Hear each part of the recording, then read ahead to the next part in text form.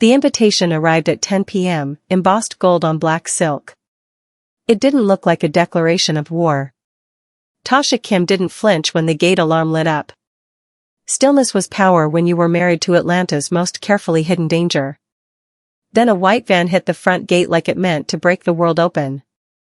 It tore across her manicured lawn and stopped. A man stepped out, set a box on her porch like a delivery, and vanished into the dark. Inside the box, no bomb. No note.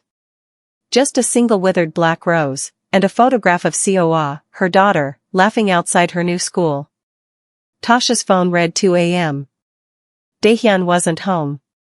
He was at a consultation.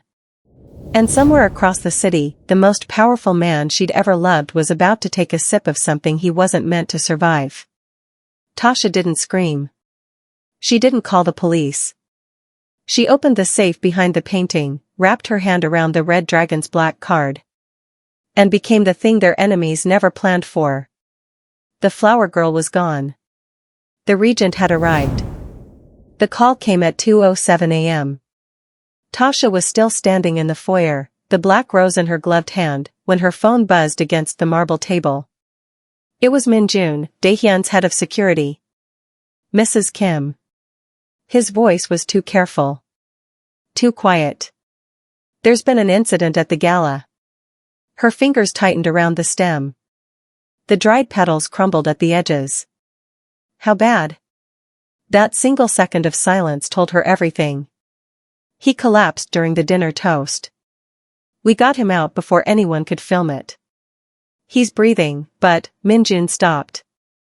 Mrs. Kim, it wasn't natural. The doctors are saying it looks like a slow poison. Something in his drink. Tasha looked down at the black rose. Then at the photograph of Seoul still lying in the open box.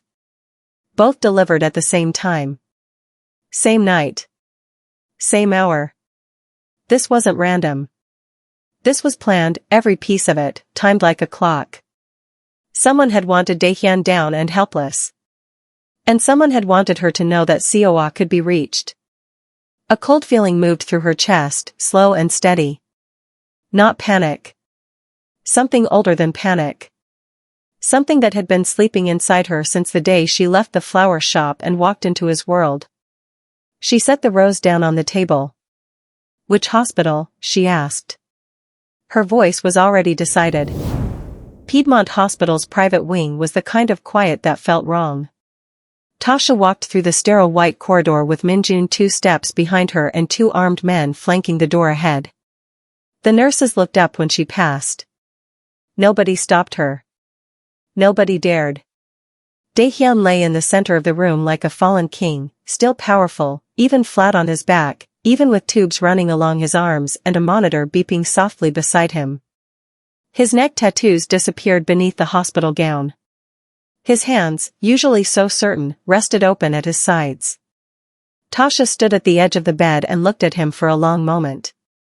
She had seen him face down 3 armed men in a parking garage without blinking. She had seen him sign million-dollar contracts without reading them twice. She had never once seen him look small. He looked small now. The toxin was in the champagne, the doctor said quietly from behind her. Slow acting. Whoever made it knew exactly what they were doing. His body is fighting, but, the doctor paused. He won't wake up tonight. Possibly not for several days. Tasha pulled the chair close and sat down. She took Daehyun's hand in both of hers. You told me to stay in the garden, she thought. You told me you were the wall. She looked at his still face. The wall is down, Daehyun. So I'm going to have to become something else. She didn't let go of his hand. But her eyes had already changed. The call came before sunrise. Tasha was still in the hospital chair, Daehyun's hand in hers, when her phone buzzed with a message from the company's legal team. 3 words that made her stomach drop. Emergency board meeting. 9 a.m. She arrived at Kim Global Security's Atlanta Tower at 8:55. Same white suit she'd worn to the gala. Pink diamond rose still at her throat. She hadn't gone home. She hadn't slept. She didn't need either. The boardroom was already full. 7 men in expensive suits sat around the long glass table. American investors, the kind who smiled with their mouths but never with their eyes. At the head of the table sat Richard Calloway, the company's largest outside shareholder. He had the relaxed look of a man who believed he'd already won. Mrs. Kim. He said her name like it was temporary. We appreciate you coming. Given the circumstances, the board feels it's responsible to discuss interim leadership while your husband recovers. Tasha set her phone face up on the table and sat down slowly. That's thoughtful, Richard. Her voice was smooth and even. Which part of Daehyun's contract gave the board that authority? Calloway blinked. Well, in situations of incapacitation. I've read the contract. She looked around the table. All of it. Every clause. Every amendment. She folded her hands. There is no interim provision without family consent. I am the family. The room went very quiet. Calloway's relaxed look had disappeared entirely. Tasha didn't smile. She simply waited. She was getting good at that. She was waiting in the car. Tasha stepped out of the elevator into the building's underground parking garage and found a black vehicle she didn't recognize parked beside her own. The rear window lowered slowly. Inside, straight-backed and perfectly still, sat Daehyun's grandmother. Halmini Kim was 81 years old and had outlived 2 husbands, 1 son, and 3 attempts on her life. She wore no jewelry except a single jade ring on her right hand. Her eyes were the same shape as Daehyun's, dark, steady, and completely unreadable. Get in, she said in Korean. Tasha got in. They rode in silence for 2 full minutes. The city moved past the tinted windows like a film nobody was watching. Then the old woman reached into the folds of her coat and brought out a small lacquered box, deep red with a gold dragon pressed into the lid. She placed it in Tasha's lap without looking at her. Tasha opened it carefully. Inside, resting on black silk, was a carved jade seal, the Kim family crest, old and worn smooth at the edges from decades of use.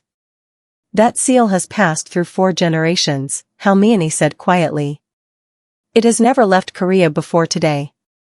Tasha looked up. The old woman finally turned to face her. Her expression wasn't warm. It wasn't cold either. It was simply certain. My grandson chose you for a reason. Her voice was low and firm.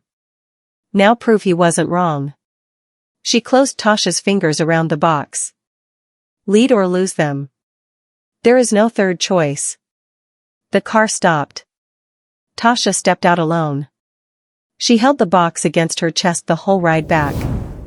He didn't knock. Tasha was in Daehyun's study, the jade seal on the desk in front of her and a map of the company's assets spread across the table, when the front door opened and closed like it belonged to someone who had never needed permission. She had her hand near the drawer before he stepped into the doorway. Daehyun Kim was 29 years old and looked like his brother the way a storm looked like rain, same bones, same eyes, same quiet that somehow felt loud. But where Daehyun wore his danger beneath tailored suits and careful words, Daehyun wore his openly. Tattoos climbed from his collar to his jaw. There was a scar above his left eyebrow that had never been explained. He looked at the map on the table. Then at the seal. Then at Tasha. Halmini called me, he said simply. I figured. Tasha leaned back in the chair. You were in Seoul 3 days ago. I was on a plane 12 hours ago. He stepped into the room and picked up one of the asset reports without being invited. His eyes moved across it quickly. Calloway is already talking to 2 of the smaller shareholders. He's moving faster than you think. Tasha watched him carefully. Daehyun had warned her about Jaehyun once. He's loyal to the family but he follows his own rules. I don't need another problem, she said. Jaehyun set the report down and met her eyes. Good, he said. Because I'm not here to be managed. I'm here to be used. He pulled out the chair across from her and sat down. So tell me who hurt my brother. And let's begin. Tasha drove herself. Min-jun had offered 3 armed escorts and an armored vehicle. She had taken the escorts but left the armored car behind. A black SUV convoy pulling up to an elementary school would frighten Seoul before Tasha even reached her. And frightening Seoul was the one thing she refused to do. Claremont Academy let out at 3:15. Tasha arrived at 3 and parked where she could see the main gate clearly. The other parents stood in small groups, talking and checking their phones. Normal. Unbothered. Living in a version of Atlanta that didn't know what a black rose meant. She envied them for exactly 4 seconds. Then she saw it. A gray sedan parked 20 meters past the gate. Engine running. It had been there when she arrived. The driver hadn't moved, hadn't looked at his phone, hadn't done any of the small forgettable things that innocent people did while waiting. He was simply watching the gate with the practiced stillness of someone trained to be patient. Tasha took a slow breath and typed one message to Jae-hyun. Gray sedan. North side of the school. Run the plates. His reply came in under a minute. Rental. Paid in cash. Registered yesterday. Her jaw tightened. The school doors opened. Children poured out in bright colors and noise. Then Seoul appeared, small and serious, her backpack too big for her frame, scanning the pickup line with those careful eyes that already knew too much about the world. She spotted Tasha and her whole face changed. Warm and open and trusting in a way that made Tasha's chest ache. Tasha stepped out of the car, smiled like nothing was wrong, and kept her body between her daughter and the gray sedan the entire walk back. The second arrangement arrived that evening. It was left at the estate's service entrance, not thrown, not dropped, but placed. Carefully. A tall glass vase holding a precise mix of flowers that most people would have called beautiful and moved on from. Tasha stood over it at the kitchen counter and felt the hair rise on the back of her neck. Yellow hyacinth. Striped carnation. Dark purple columbine. Yellow hyacinth. I am watching you. Striped carnation. You have refused me. This will not be forgotten. Dark purple columbine. I will not wait much longer. Tasha straightened up slowly and looked at Jae-hyun across the counter. They're not just sending threats, she said. They're sending a timeline. Jae-hyun's eyes sharpened. You're sure? They chose the wrong language. She pulled out her notebook and wrote the 3 meanings down in a clean column. Someone on Park's team knows it too. They expected this to frighten me. She capped her pen. They didn't expect me to write back. Jae-hyun almost smiled. You can do that? Tasha was already reaching for her phone to call her old flower supplier. I can do a lot of things, she said quietly, that nobody bothered to ask about. The gallery was on Peachtree Road, 3 blocks from where her flower shop used to be. Tasha found that detail too deliberate to be accidental. She arrived 7 minutes late on purpose, Jae-hyun positioned outside with 2 men she trusted, her white coat fresh and her expression completely empty. The gallery was the kind of place that sold art nobody actually liked but everybody pretended to understand. Soft lighting. Cold champagne. Quiet music that was mostly just silence with ambition.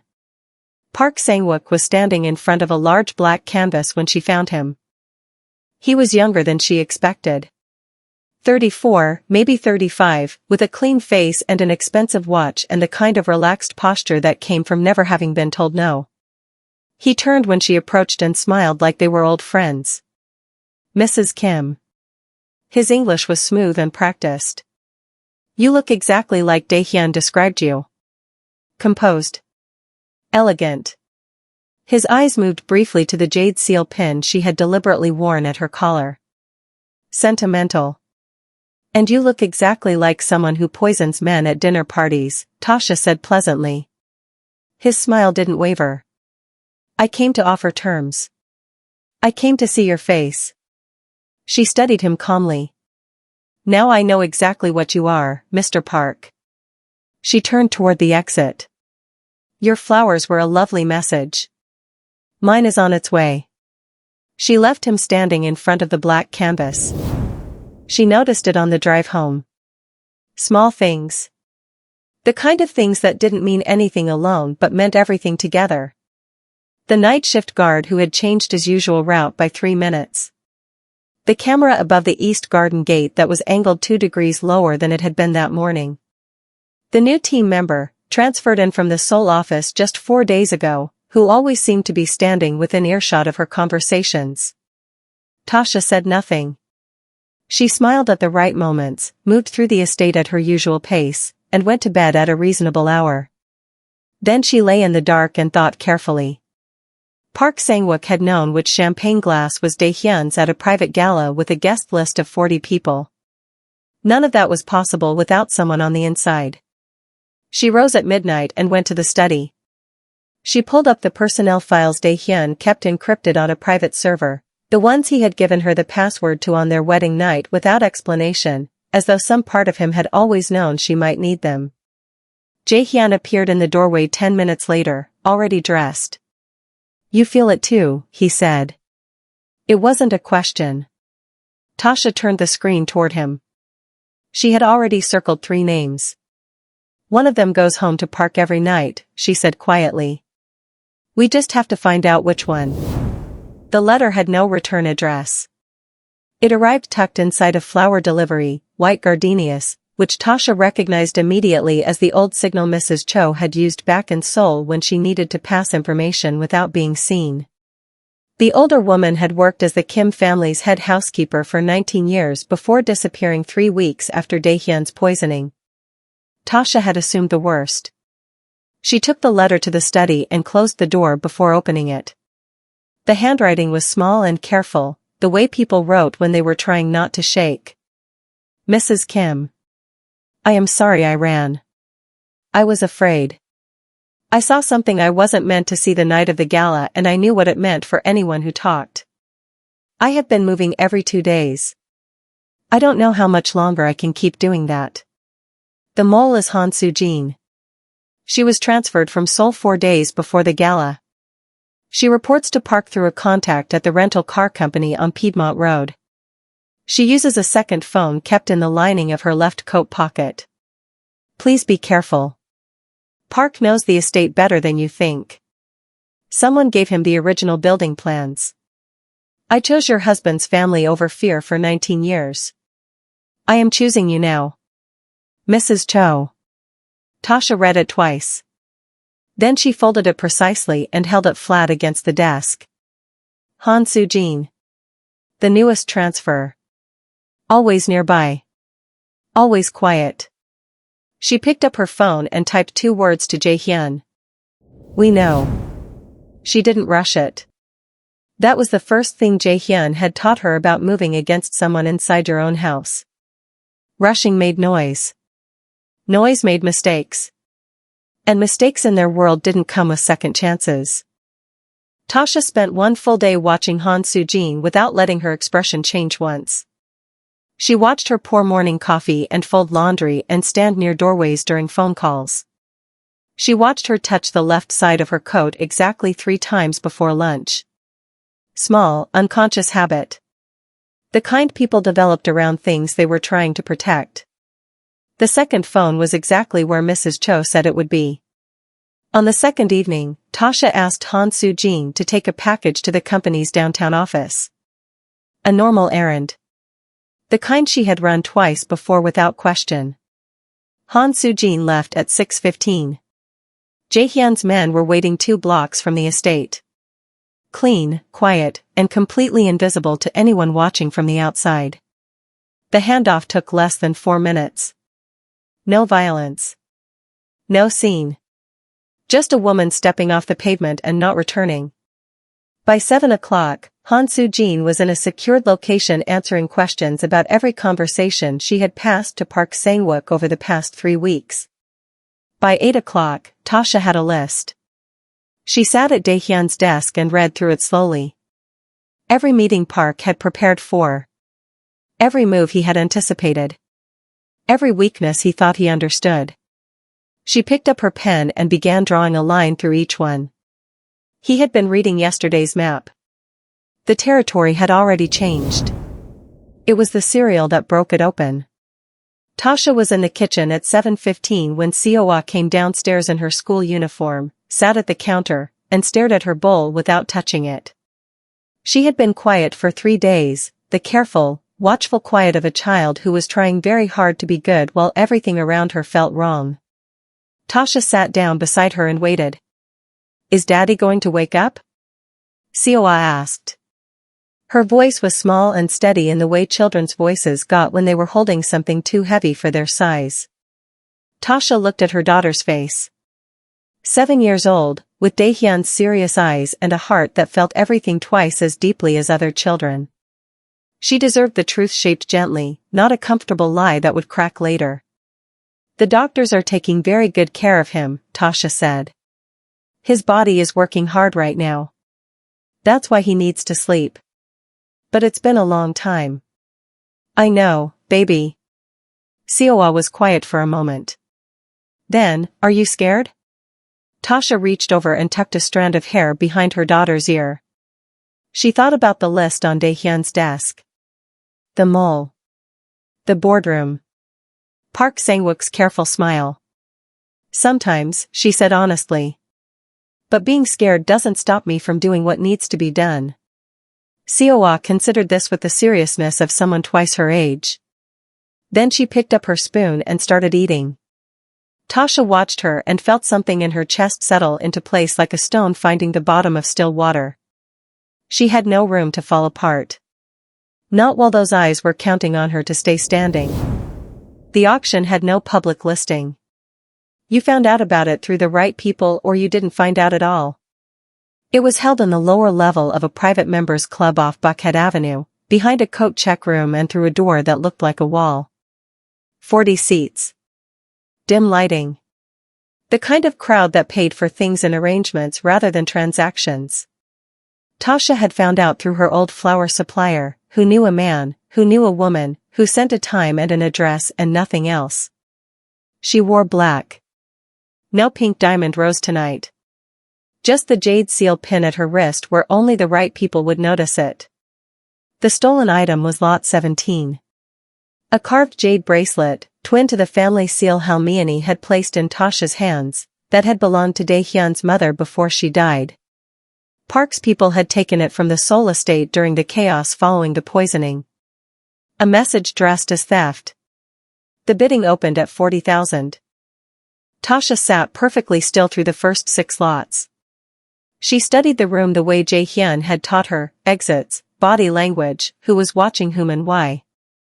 Park had a representative in the 3rd row. Young, nervous, trying not to look at her. When lot 17 came up she waited through 3 other bids without moving.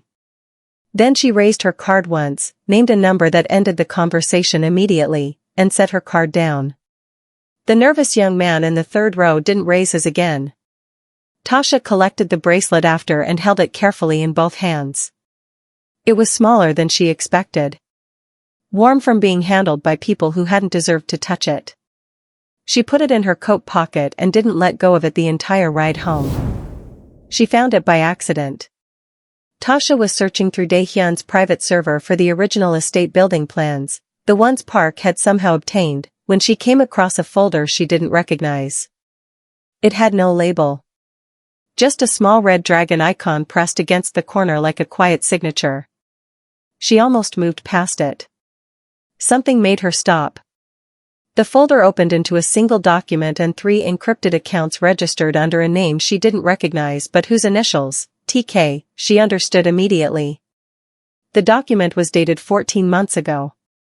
3 weeks after Seoul's adoption was finalized.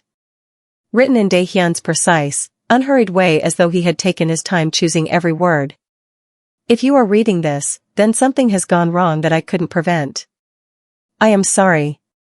I tried to build walls strong enough. Clearly they weren't. The 3 accounts below belong to you completely. No family access. No board oversight. No conditions. The total is enough to take Seoul anywhere in the world and start over without asking anyone for anything. But I don't think you'll run. I knew that when I married you. So if you're reading this and already planning your next move, use it however you need to. You were never just the garden, Tasha. You were always the whole estate. D. Tasha sat back in the chair and pressed her fingers against her mouth. The amounts in the 3 accounts were staggering. Enough to fund a small war. Enough to rebuild everything Park was trying to destroy. She closed the folder carefully and sat in the quiet for a long moment. Then she opened it again and got to work. The alert came at 11:40 at night. Tasha was still at the desk when Minjun's message hit her phone. Single line. No punctuation. The kind of message people sent when there was no time for anything extra. 2 men in the hospital. 4th floor.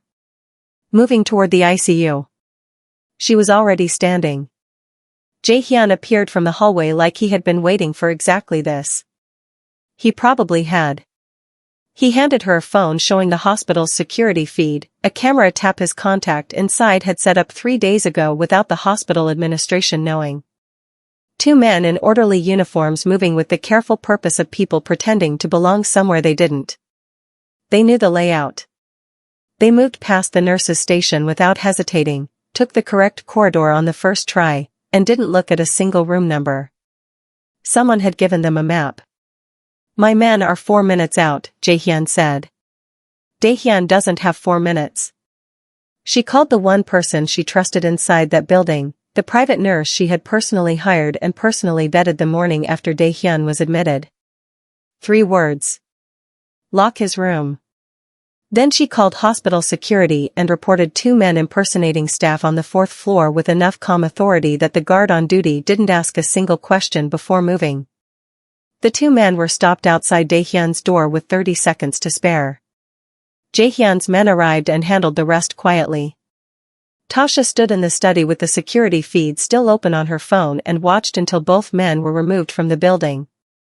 Then she sat down, pressed her palms flat on the desk, and breathed. Park was done waiting. Which meant she had to stop preparing and start moving. She didn't let them go. That was the decision she made while her palms were still flat on the desk. Jae-hyun's men had the 2 attackers secured in a hospital utility room in the basement, away from cameras, away from staff, away from the parts of the building where normal things happened. She had 20 minutes before the shift change made the situation complicated. Tasha drove to the hospital herself. She walked through the basement corridor in her white coat with the jade seal at her wrist and stopped in front of the 2 men without any introduction. They were younger than she expected. Hired help rather than true believers. The kind of men Park used because they were affordable and replaceable. She studied them both for a moment. Then she opened her phone and showed them the security footage she had already pulled and copied and sent to 3 separate encrypted locations. Clear images. Clear faces. Timestamps that placed them inside a hospital with a patient's room number on a note found in the first man's pocket. In Korea this would be handled quietly, she said. We are not in Korea. She looked at them steadily. You have one opportunity to tell me who gave you the building layout and how you contacted Park's team from inside Atlanta. She put her phone away. After that, the footage goes to people who handle things in ways I can't control. The younger one started talking before she finished the sentence. By the time she left the basement, she had 3 new names, a contact number, and a routing address for Park's Atlanta operation. She texted Jae-hyun on the way to the elevator. We have everything. Start the next move. She was sitting on the front steps when Tasha got home. Diane Barnes had the kind of beauty that had once opened doors and the kind of choices that had slowly closed them all. She was 53, still striking, wearing a new coat that hadn't come from her own pocket. She stood when Tasha's car pulled up and opened her arms like the last 2 years of silence had been a minor misunderstanding. Baby.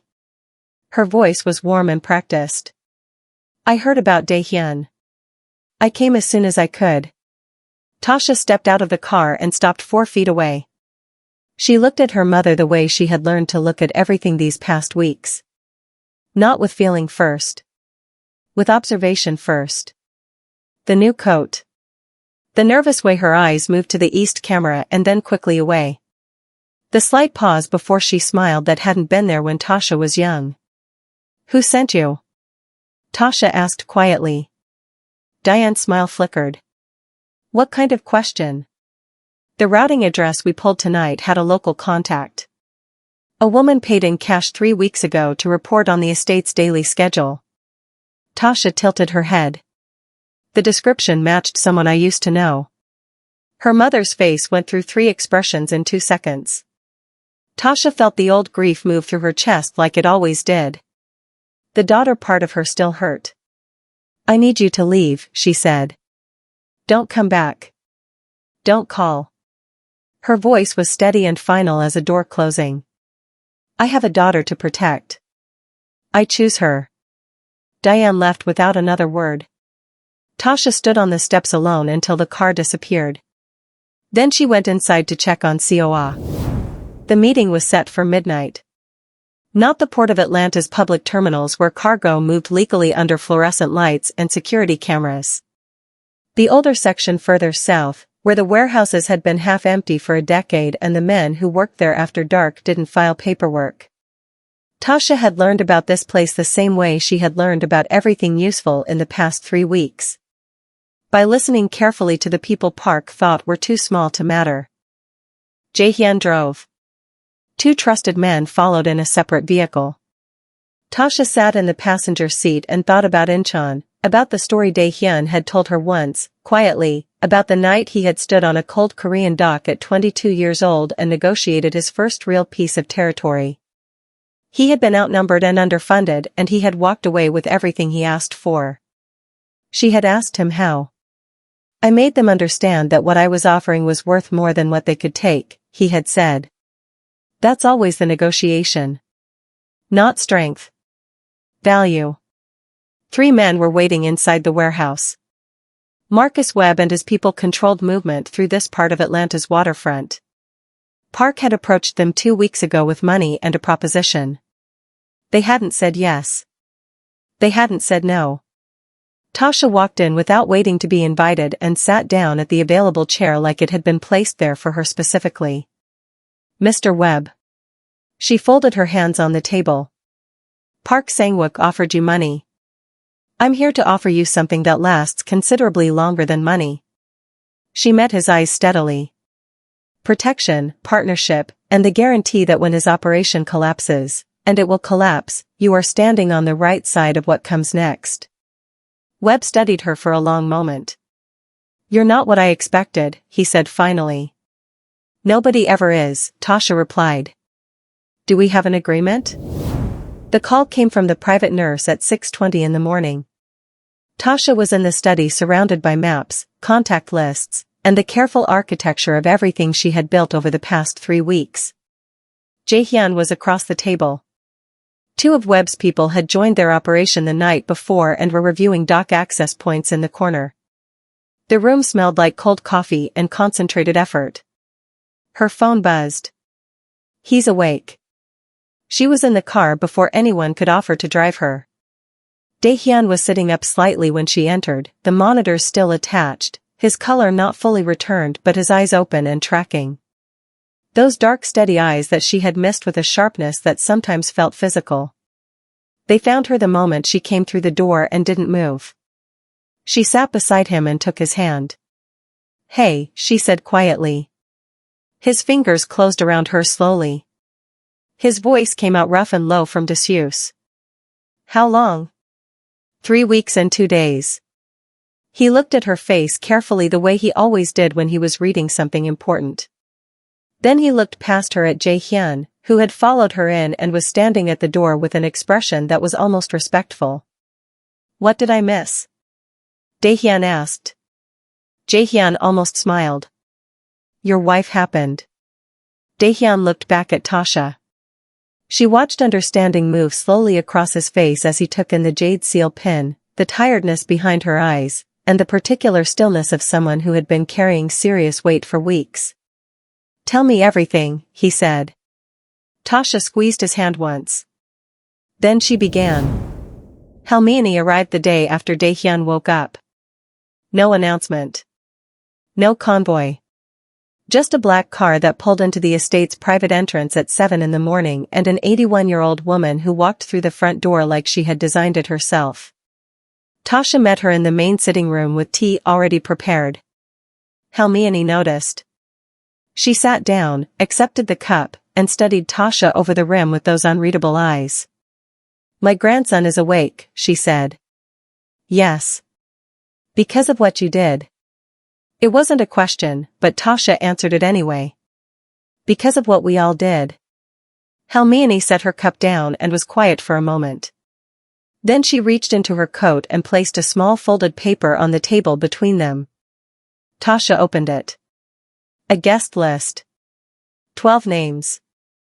Atlanta's most connected figures, business, legal, social. People whose presence at a private dinner would look completely natural. Park Sang-wook has been trying to build alliances in this city, Hermione said. He needs these people to trust him. He has requested a meeting with 3 of them this coming Friday. Tasha looked up. We invite all 12 first, Hermione continued. A private dinner at the estate. By the time Park discovers the gathering exists, he will assume it is his opportunity. Her eyes were steady and cold as winter water. He will come to us. Tasha looked at the list again. Then at the old woman across from her. 2 queens. Different generations. Same board. Friday at 7, Tasha said. Hermione picked up her tea. I'll handle the menu. The estate had never looked more beautiful. Hermione had chosen well. White orchids and deep red roses lined the entrance hall. The dining room glowed with candlelight and the kind of quiet elegance that made people feel safe and important at the same time. The 12 guests arrived between 6:40 and 6:55, welcomed by Tasha in a deep burgundy dress with the jade seal at her throat and a recovered bracelet on her wrist. Park Sang-wook arrived at 7 exactly. He stepped through the door and took in the room with the careful eyes of a man searching for the shape of his victory. He found the guests, the flowers, the candlelight. He found Tasha at the head of the table. He found everything except what he had expected, which was fear. His smile arrived a half-second late. Mrs. Kim.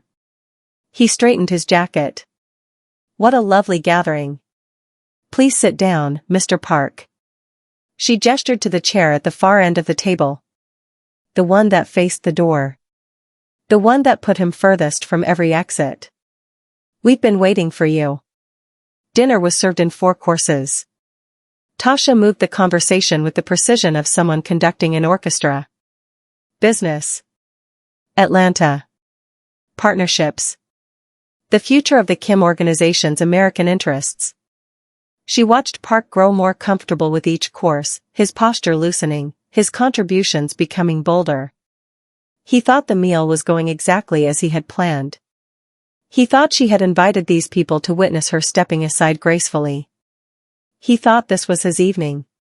Tasha waited until the dessert plates were cleared. Then she set her hands flat on the table and smiled at Park Sang-wook for the first time all night. Now, she said pleasantly. Let's talk about Seoul. The table went very still. Park's comfortable expression faded. Seoul, he repeated carefully. Specifically, Tasha said, your 4 commercial properties in Gangnam. Your shipping contracts through Incheon. The private accounts registered under your mother's name in Busan. She tilted her head slightly. And the building on Mapo-gu where you've been coordinating your Atlanta operation for the past 2 months. She watched his jaw tighten. Those assets were frozen at 9 o'clock this morning Seoul time. She picked up her water glass. Which was noon yesterday here. While you were preparing for this dinner, actually. The 12 guests around the table were very quiet. They were Atlanta's most connected people. Park's hand moved toward his phone. Your Korean contact won't answer, Jae-hyun said from his position near the door. Neither will the 2 men you brought tonight. They're having a conversation outside with some people who've been waiting for them. Park looked around the table slowly. 12 faces. None of them offering anything useful to him. He looked at Tasha last. She set down her glass and held his gaze without any effort at all. The flower girl from Peachtree Street who had learned, slowly and completely, that the most powerful thing in any room was the person who had prepared longest. "You came here for my surrender," she said quietly. "I invited you here for yours." Park ran. It happened fast. One moment he was at the table, the next he was on his feet moving toward the side entrance with the particular urgency of a man who had prepared an exit for every room he ever entered. Tasha had expected it. Jae-hyun had expected it. The side entrance led to the garden wall, and the garden wall had 3 of Webb's people waiting on the other side. What nobody had expected was the second car. It came through the estate's north gate at speed, clipping the stone post and tearing across the lawn. Park reached it and was inside before the door was fully open. The car was moving before he closed it. Jae-hyun was already running. Tasha made 2 calls in the time it took to reach the front door. One to Min-jun. One to Webb's man controlling the dock road, which was the only route south that avoided the main Atlanta traffic cameras at that hour. She got into the lead car herself. Jae-hyun looked at her. "Drive," she said. The chase moved through Atlanta's late-night streets, the wide empty boulevards of Buckhead giving way to tighter roads heading south toward the waterfront. Park's driver was skilled and desperate, which made him dangerous. Jae-hyun was skilled and calm, which made him better. Webb's vehicles came in from the east and cut the route cleanly. Park's car stopped at the dock road intersection with nowhere left to go. The engine ran for a moment longer. Then it went quiet. Tasha stepped out into the night air and walked toward the stopped car without hurrying. The door opened. Park stepped out slowly, his careful composure finally and completely gone. She stopped 3 feet away and waited for Dae-hyun. Dae-hyun's car arrived 2 minutes later. He stepped out slowly, still not at full strength, but holding himself with the calm authority that had always made rooms pay attention. He was dressed simply. No jacket. No performance. Just the man underneath everything, walking toward the person who had poisoned him and threatened his family and spent 3 months trying to dismantle everything he had built. Park watched him come and said nothing. Dae-hyun stopped in front of him. The 2 men stood in the dock road's pale light for a moment that felt longer than it was. Then Dae-hyun spoke in Korean, low and even, the way he spoke when the decision was already made and the words were just formality. Tasha didn't need a translation. She had learned enough to understand the shape of it. "You lost. It's finished. Choose what happens next carefully." Park's shoulders dropped by degrees. The last of his composure went with them. Then Dae-hyun stepped back and looked at Tasha. She reached into her coat and brought out the document she had prepared 2 days ago with the family's legal team. 2 pages. Clean language. A full and permanent exile from every Kim business interest in America and Korea. Every asset. Every contact. Every door, closed completely and permanently. A pen.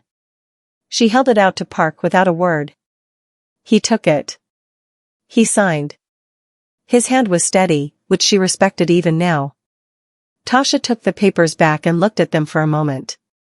Then she looked at Dae-hyun.